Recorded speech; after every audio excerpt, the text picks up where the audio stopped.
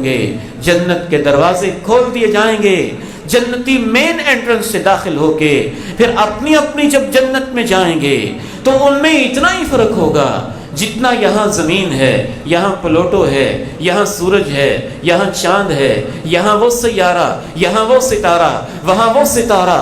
آپ نے ارشاد فرمایا جنت کے 100 درجے ہیں، ایک درجے اور دوسرے درجے کے درمیان اتنا ہی فرق ہے جتنا زمین آسمان میں فرق ہوتا ہے۔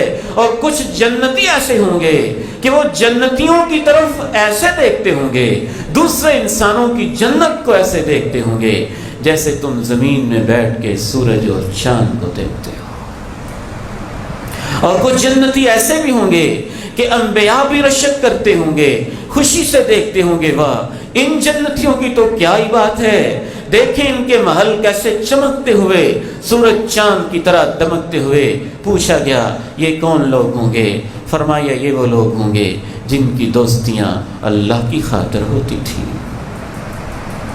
نہ فیس بک کے لیے، نہ گندی محفلوں کے لیے، نہ کھیل اور گیم کے لیے، نہ ادھر ادھر کے غلیظ حرکتوں کے لیے۔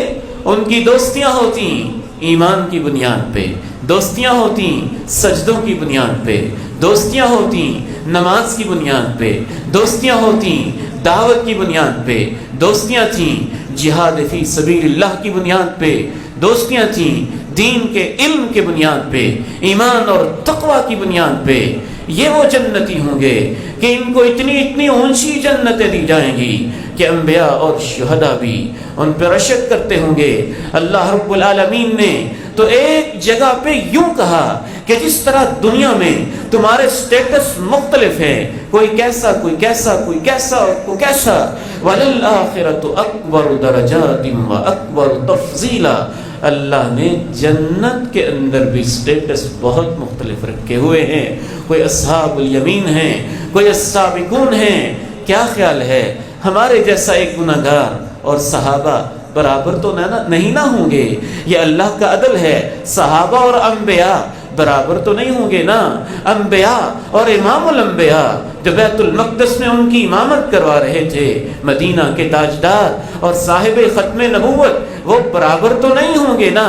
آپ نے ارشاد فرمایا اس لیے جب تم اللہ سے مانگو تو جنت الفردوس مانگا کرو، یہ سب سے اونچی جنت ہے اور اسی سے جنتیوں کی ساری نہریں پھوٹتی ہیں، یہ ان کا مصدر ہے، یہ ان کا منبع ہے۔ اور ایک جنت میں ایک مقام ایسا ہے جو اللہ نے صرف دنیا میں ایک انسان کے لیے رکھا ہوا ہے، اور وہ انسان اور وہ ہستی و شخصیت امام کائنات اور آمنہ کے لال کی ہستی ہے۔ آپ فرماتے مجھے امید ہے کہ وہ مقام جو صرف ایک بندے کے لیے ہے وہ میں ہوں گا، اور اس مقام کو مقام وسیلہ کہتے ہیں۔